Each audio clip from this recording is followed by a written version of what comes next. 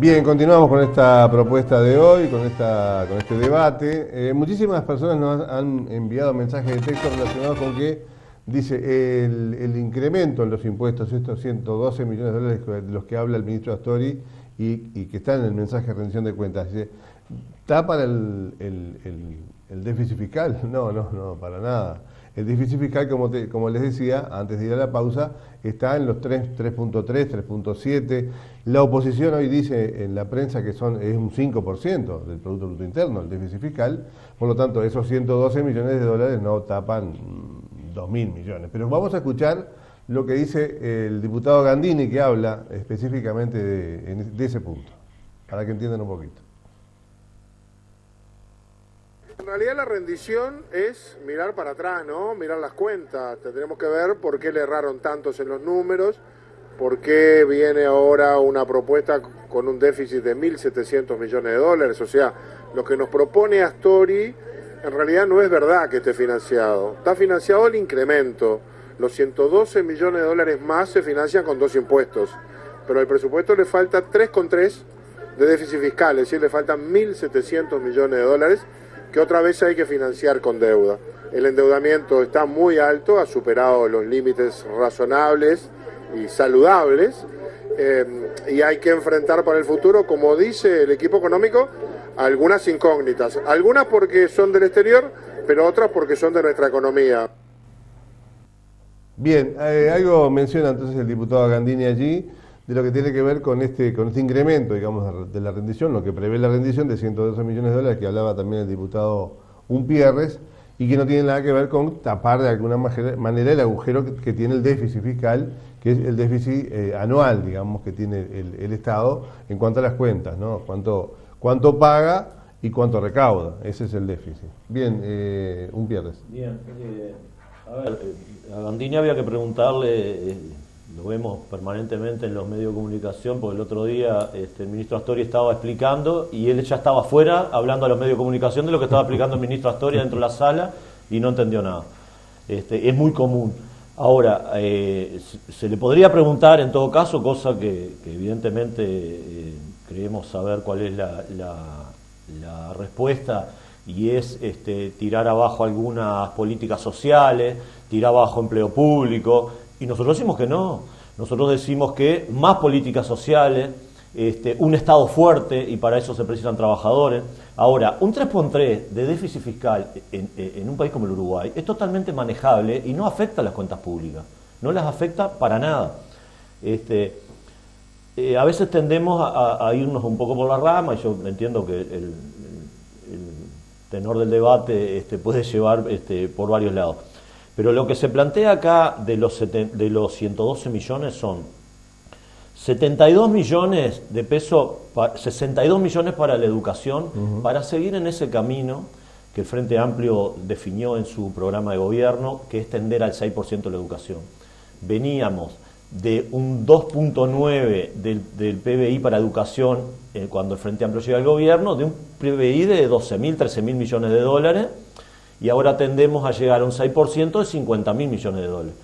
Y yo sé que acá hay discursos, porque son solo discursos vacíos de contenido, del papel de educación. Podemos discutirlo cualquier otro día, de lo que teníamos en La Valleja, para no irnos a otros departamentos, y podemos recorrer el Uruguay, pero lo que eran los liceos, la escuela industrial, los CAIF, las escuelas de tiempo completo, acá no había nada de eso. Era todo caos y escuelas en malas condiciones.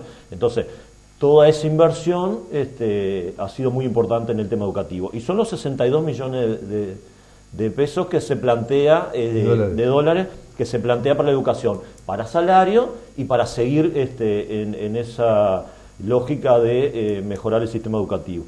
Y 10 millones de dólares para cubrir los juicios que había que había con el Poder Judicial. Y esos son los 72 millones, sumados a los 40 millones que se venían perdiendo, que yo relaté antes, del crecimiento de la economía, menos las jubilaciones, menos la caja militar, da un componente de 112 millones de dólares.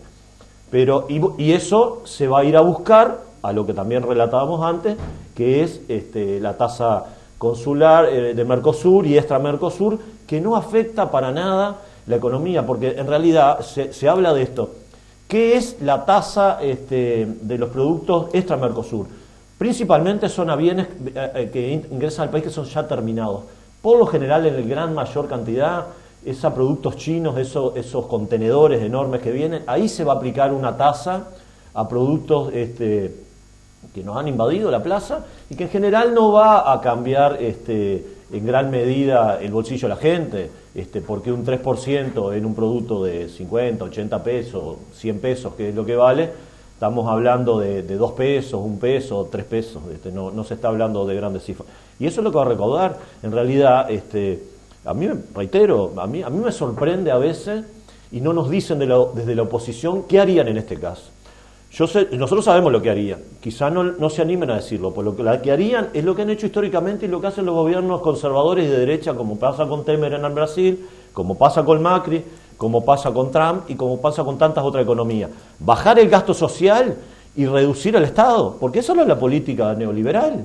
Y esa es la alternativa, porque en realidad acá no hay otro proyecto político que supere al del Frente Amplio en lo que tiene que ver con inclusión de gente en el mundo del trabajo. Y cuando se habla de pérdidas de fuente de trabajo, el gran problema que hay con la fuente de trabajo es que la tecnificación hoy hace de que el trabajo vaya fluctuando, pero en realidad, si cierra una empresa por determinados motivos, pero se abre otra. Ahora se está atrás de instalar en La Paloma un tema pesquero con China.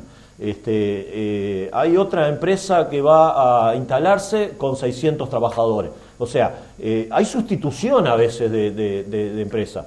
El cierre más grande y mayoritario de empresas públicas, de empresas grandes, fue también en la época de los gobiernos blanco y colorado, como fue con Honda, que fue un caos total, porque sí que era una empresa grande, como pasó con Funza, como pasó con una cantidad de empresas en este país. O acá en Minas no tenemos los ejemplos de lo que pasaba con la cartonera, lo que pasó con el de harina allá, el Ugarte, Molino Ugarte, y lo que pasó con otras tantas empresas.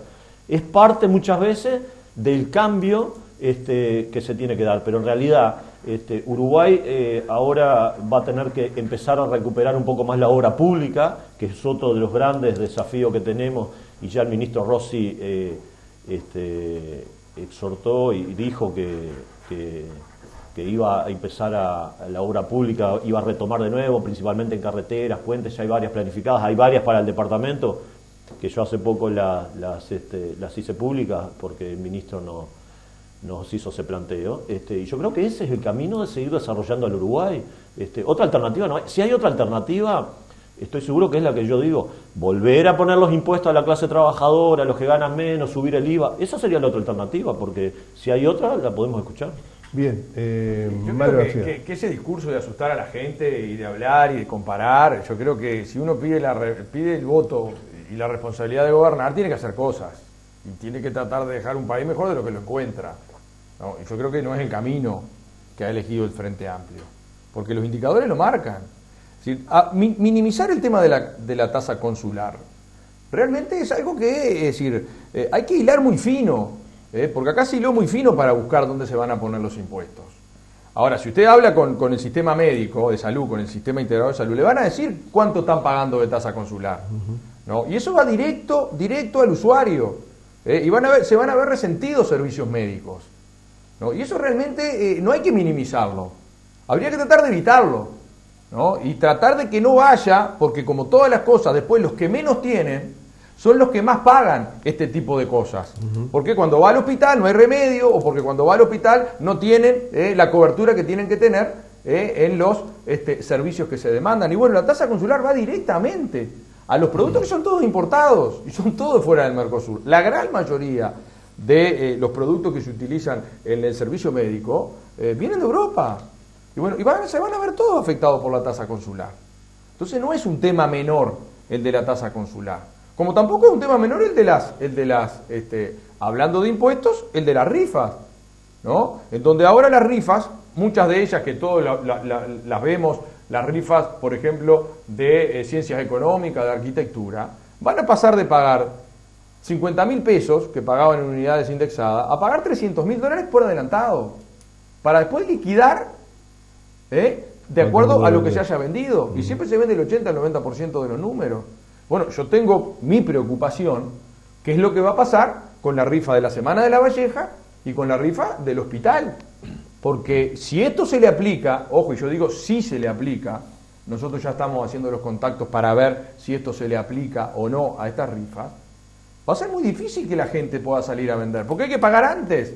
Antes tiene que pagar el 3% de lo que usted proyecta vender.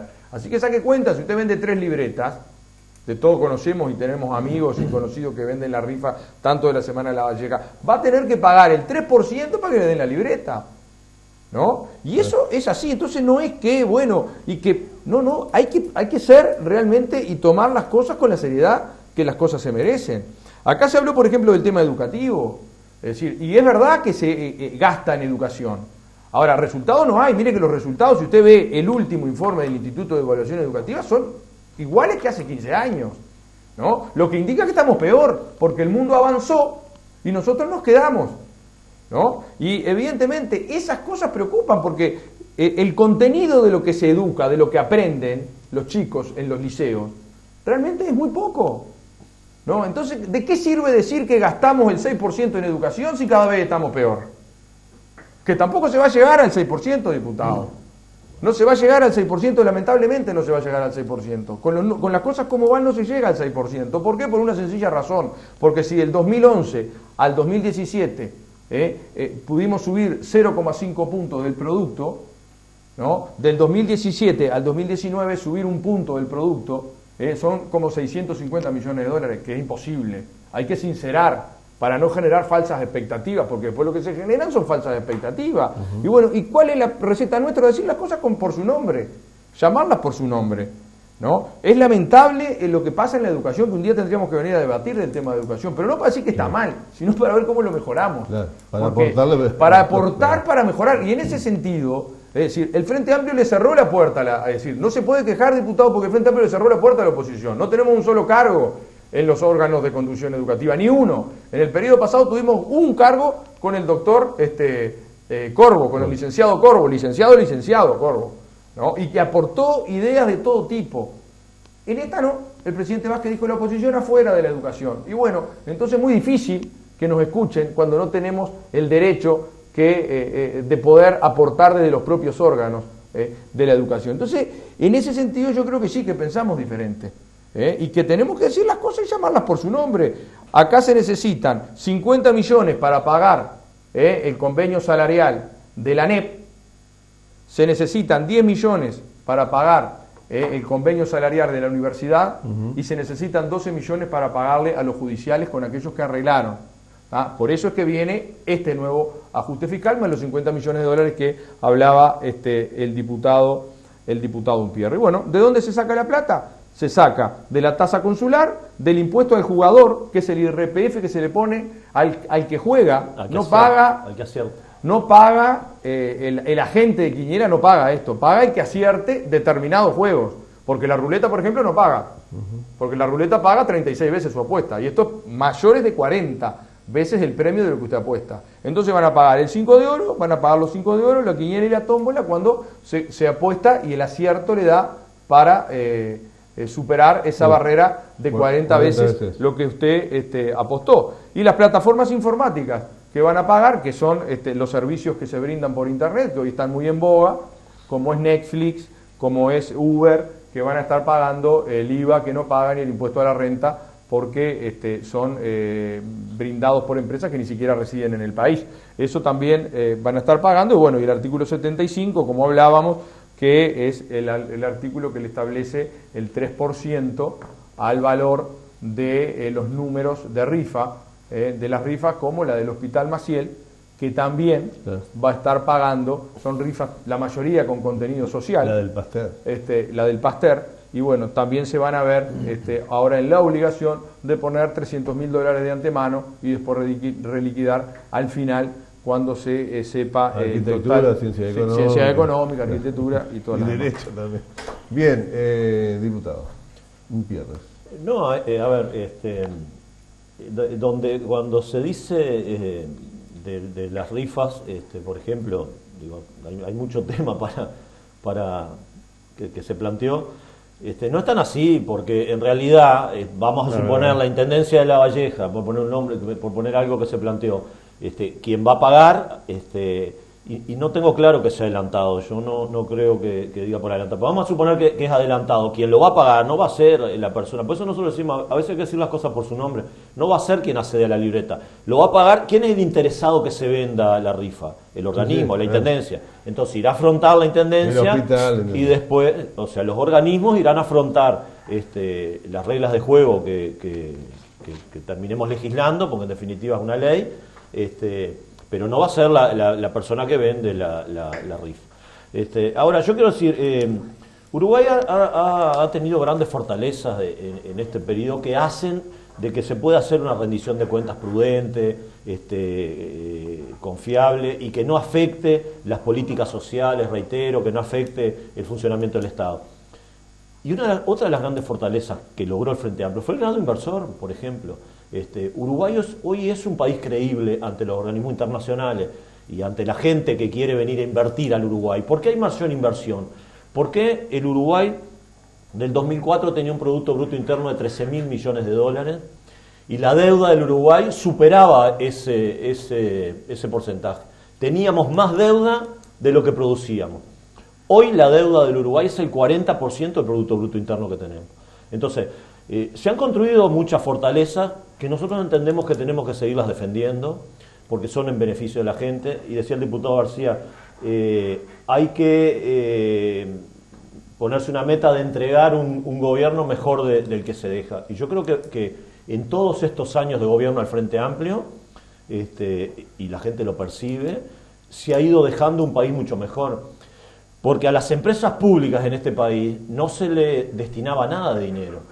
Y fue el Frente Amplio que definió, y fue la gente que le exigió al Frente Amplio invertir en las empresas públicas. Y así fue que se hizo con OCE, con UTE, con Antel, con la fibra óptica, con todo lo que tiene que ver. Y yo sé cuál es la contestación. Y bueno, ¿y dónde están los resultados? Y los resultados están en que la fibra óptica le llega a todo el mundo, en que no tenemos problemas energéticos y por eso los grandes inversores invierten en el Uruguay, porque para crecer el Producto Bruto Interno 50.000 millones de dólares no es por arte de magia, es porque la gente tiene que invertir en el Uruguay, tiene que haber inversión.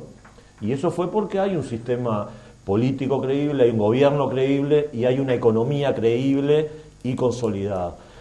No conozco ningún país que no tenga deuda, por lo menos de los subdesarrollados, no lo conozco. Si hay algún país subdesarrollado que no tenga deuda, que tenga un bajo déficit fiscal como tiene el Uruguay, que tenga baja desocupación como tiene el Uruguay, bueno, que nos digan. Yo he escuchado varios presidentes de la región y claro, son afines a un proceso como está viviendo el Uruguay, de inclusión de la gente en su trabajo, de políticas sociales de primer nivel, que dicen que Uruguay es el país que más ha avanzado en estos años en el progresismo. Y lo comparan y dicen que hoy Uruguay está mejor que otro referente que hubo en algún momento, que era Chile. Y Uruguay hoy, en base a sus políticas sociales, a su fortalecimiento del Estado, a sus niveles de credibilidad para la inversión, ha logrado de que estar en el primer lugar en América Latina. Y bueno, yo creo que eso nosotros lo tenemos que seguir defendiendo primeramente y principalmente y trabajando en esa línea, ¿no? Bien. Bueno, sobre el tema de las rifas, es decir, hay comisiones organizadoras de las rifas que no es ni la Intendencia ni el hospital para arrancar. Es decir, serán esas comisiones que ahora tienen personería jurídica las que van a tener que poner la plata para mover. No va a ser ni la Intendencia ni el hospital. Son los es decir, en un caso el beneficiario del hospital, en otro caso ya sabemos cómo se beneficia una cantidad de instituciones. Después, hoy tenemos el grado inversor, pero también hay que apelar a la memoria, diputado. Porque en el año 2002 el Frente Amplio pedía el default. Acá Tabaré Vázquez se amarraba a cuánta reja había pidiendo el default y que Uruguay no debía honrar sus compromisos. Sin embargo, después, mediante la ley que se votara con el extinto ministro de Economía Achugarri, que impulsó la reprogramación de los depósitos bancarios, que el Frente Amplio no estaba muy de acuerdo y pedían el default, que no se pagara, que se siguiera el camino que después siguió Argentina. Entonces hoy gozamos de un grado inversor. Sí, ¿por qué? Porque creen en el Uruguay. ¿Pero por qué creen en el Uruguay? Porque el Frente Amplio se juntó con los partidos que gobernaban en aquel momento a decir tenemos que salir todos juntos, o porque el Frente Amplio gritaba no al pago de las deudas. No, hay que hacer memoria, hay que ver toda la película. Después, si van a defender las empresas públicas como las defienden, como han defendido acá, diputado, no va a quedar nada. No va a quedar, créame que no va a quedar nada.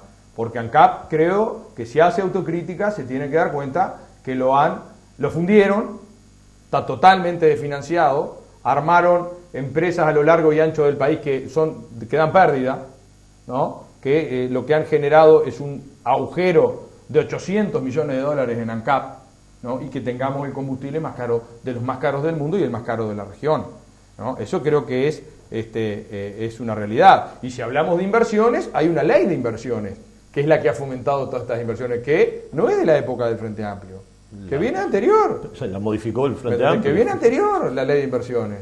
Hay una ley de zona franca, hay una ley de puertos. Y esas son las cosas que funcionan. ¿Y de qué época vienen?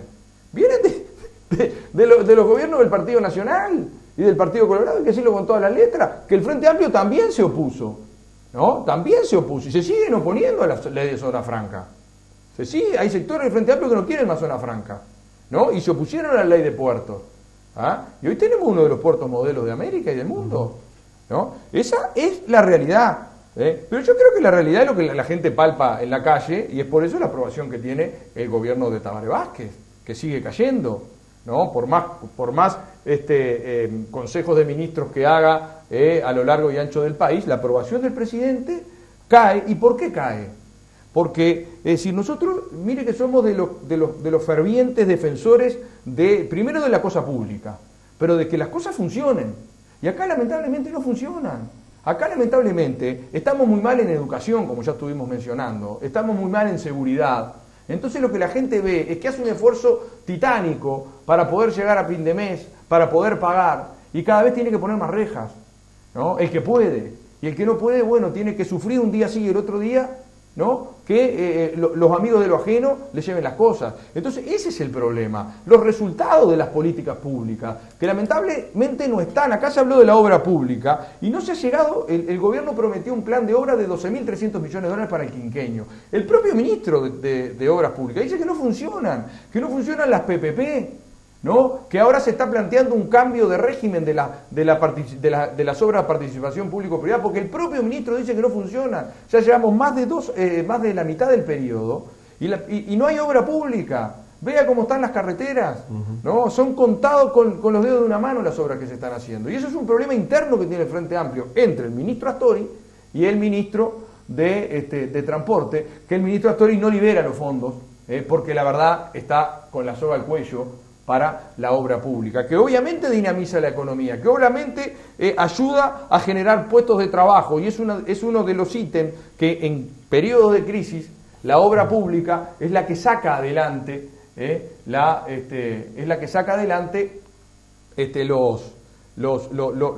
aquellas personas que se van quedando sin trabajo. Se habló de Chile. ¿Sabe cómo hace Chile en las crisis?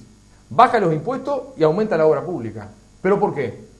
Porque tiene un fondo de reserva, que fue lo que no se hizo acá. Acá se gastó todo y más, porque si tenemos que endeudarnos en 1.800 millones de dólares, porque no guardamos un peso en la época de bonanza. En Chile no, en Chile se guarda. Entonces cuando vienen las crisis, que las crisis son generales en todo el mundo y a todos los países toca. Acá nosotros pensamos que íbamos a estar creciendo al 8-9% in eternum, y así fue que el Frente Amplio gastó, pero después nos dimos cuenta de que esa realidad se terminaba como se terminó. Crecimos al 1%, al 2%, seguramente vamos a estar creciendo por encima del 3%, y ojalá así sea para este año, pero no tenemos nada guardado.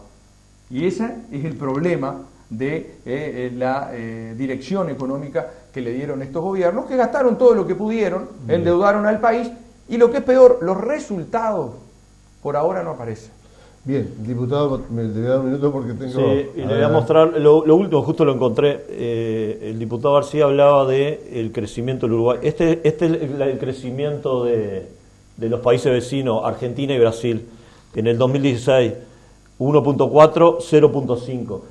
Cómo decrecen los países vecinos de la región. Y Uruguay sigue creciendo. Yo creo que ese es un dato relevante. Ahora, el gobierno propuso 12.000 millones de dólares de obra pública, el ministro Rossi en el quinquenio, en el primer año y en el segundo anduvo en los 4.000 millones de dólares. Ahora, el otro día se hizo la presentación, yo no sé si el ministro de Transporte y Obras Públicas, y lo invito al diputado García si puede, que esté presente el día que el ministro de Transporte y Obras Públicas haga la presentación en la comisión, porque los ministerios van todos, y ahí va a tener la posibilidad de ver toda la cantidad de obras mediante PPP, que tampoco es una ley que convenza de todo. El ministro dijo que tiene debilidades, pero de todas maneras está avanzando con ella. Nosotros tenemos acá en el eje de la Ruta 8, que lo vemos todos los días los que viajamos asiduamente a Montevideo, se está haciendo desde la zona de allá de Pando, un puente nuevo y doble vía, y desde el empalme de la Ruta 8 y 9 para acá se está haciendo toda nueva. Se va a hacer a nueva la parte que le corresponde a la Intendencia de La Valleja, que es toda la parte de Solís, la parte urbana de Solís, la avenida Fabini, que está totalmente deteriorada, y se va a seguir hasta Mina, y después se va a seguir para el norte. Se va a reciclar la Ruta 14 en toda su extensión, y los tramos que le corresponden a La Valleja, a la Intendencia, también se van a hacer. Se va a hacer la Ruta 60, y se está haciendo el puente sobre Arroyo Minas Viejas. Esa es toda inversión solo para La Valleja. En ruta, $1 millón vale el kilómetro de obra vial. $1 millón el kilómetro de obra vial. Y esa es la inversión que se plantea ahora. Pero evidentemente, si yo vine hablando en todo este rato de un país creíble, que responsable, que hace las cosas en su debido tiempo y forma, no se puede salir tampoco a lo loco. Dijimos en el 2015 al 2017, hay que ver bien cómo se encaminan las cuentas, porque la región está complicada, y lo estamos viendo con lo que le mostré. ¿Por qué decrecen todos los países? Entonces, algo estamos haciendo bien desde el Uruguay, que sigue la línea de crecimiento. Y ahora sí es momento de impulsar un poco más la obra pública. Y bueno, ese es el camino un poco que se está tomando. Se va a seguir dinamizando, por todo el Uruguay se va a restaurar las carreteras, y se va a ir atrás de la empresa más importante y más grande, la inversión más grande que ha tenido el país, que es la de UPM, y que es en el centro del país. No es que tampoco quisieron, cerca de Montevideo. De arranque no estaban con UPM, también hay que decirlo. La obra, con las condiciones que nosotros entendemos que tienen que ser, sí, porque no confiábamos en las políticas neoliberales, que todos liberales. Ahora confían. Bien, le voy a dar 2 minutos, tengo que ir a la pausa, porque quiero tratar el artículo 15 de la rendición de cuentas, que me parece muy interesante. Muy brevemente, dentro de los 12.000 millones de dólares que prometió de obra pública el gobierno, elimine lo de la regasificadora, que ya no va. La regasificadora definitivamente cayó, excepto los sueldos que cobran sus funcionarios, que en algunos casos superan el del presidente de la República. Esto lo supimos esta semana en la comisión que integro, una obra que prometía mucho, que incluso está dentro de los acuerdos multipartidarios. No es que la oposición está en contra de todo, no, la oposición firmó reconvertir la matriz energética y que se utilizara el gas natural licuado. El proyecto que hizo el Frente lamentablemente capotó, como capotan muchas de las cosas, excepto, lo vuelvo a reiterar, los sueldos principescos que cobran sus funcionarios, que desde el año 2015 está parado el proyecto, y sin embargo siguen cobrando. Creo que la gerenta general cobra algo así como 365.000 pesos, cuando no puede superar ningún sueldo del Estado, no puede superar el 60% del salario del presidente. Bueno, en este caso, ahí el Frente Amplio no ha ajustado esa clavija sigue como venía.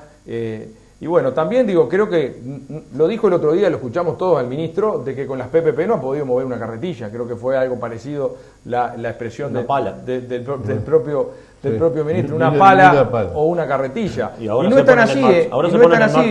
es tan así, diputado, porque si usted ve la cárcel que se está construyendo en Montevideo, bueno, entonces funciona es la única la ley. Hay un problema que no es de la ley, es de la ejecución de la obra. Y bueno, si usted ve, yo me alegro de las obras que se están y que benefician a nuestro departamento, por supuesto que estoy y las veo lo mismo que